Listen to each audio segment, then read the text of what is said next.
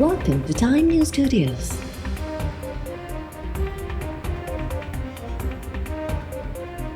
You are watching 12 p.m. Bulletin. Sindh समेत सॼे मुल्क में बरसातुनि जो नओं सिलसिलो शुरू थी वियो। पंजाब ऐं केपी में बरसात बाद रहवासियुनि खे नदियुनि ऐं नालनि खां परे रहण जी हिदायत। पेशावर ऐं मर्दान में तेज़ बरसात बाद पाणी घरनि ऐं दुकाननि अंदरि दाख़िल। ॿोॾि मुतासिर बुनीर में बरसात बाद रेस्क्यू ऑपरेशन मुतासिर NDMA जो चवणु आहे त चित्राल देर ऐं चारसिदा में ॿोॾि जो सभ खां वधीक ख़तरो आहे। मौसमियात खाते चयो आहे त सिंध ऐं बलूचिस्तान में 22 अगस्त ताईं तेज़ बरसातुनि जो इम्कान आहे। मुसलसल बरसातुनि बाद सिंधु दरिया में चाढ़। नाणे वारे वफ़ाक़ी वज़ीर मोहम्मद औरंगज़ेब चयो आहे त मुल्की मईशत खे अॻिते वधाइण ऐं जटादार तरक़ी जे लाइ निजी शोबे जो किरदारु सभ खां अहम हूंदो। मईशत जे इस्तेहकाम ऐं जटादार तरक़ी जे लाइ प्राइवेट सेक्टर खे क़यादत करणी पवंदी। अॼु जे दौर में आर्टिफिशियल इंटेलिजेंस जे सबबि तरक़ी जा नवां दग खुली रहिया आहिनि, पर इंसाननि जे लाइ महिनत जो को शॉर्टकट न आहे।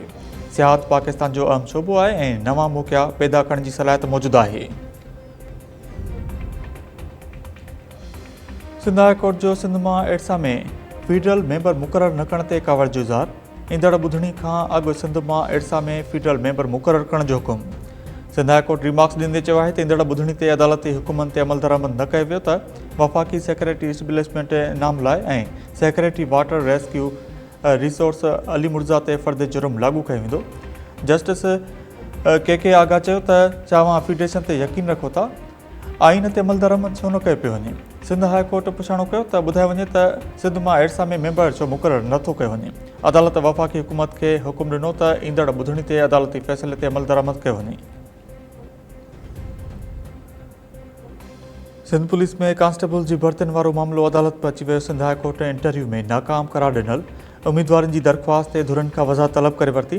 दरख़्वास्त गुज़ार उम्मीदवारनि जे वकील चयो त लिखत वारी टेस्ट में 83 नंबर हासिल कया, पर इंटरव्यू में नाकाम करार ॾिनो वियो। सियासी बुनियादनि ते चोटाइल नंबर हासिल कंदड़ उम्मीदवारनि खे कामयाब करार ॾिनो वियो आहे।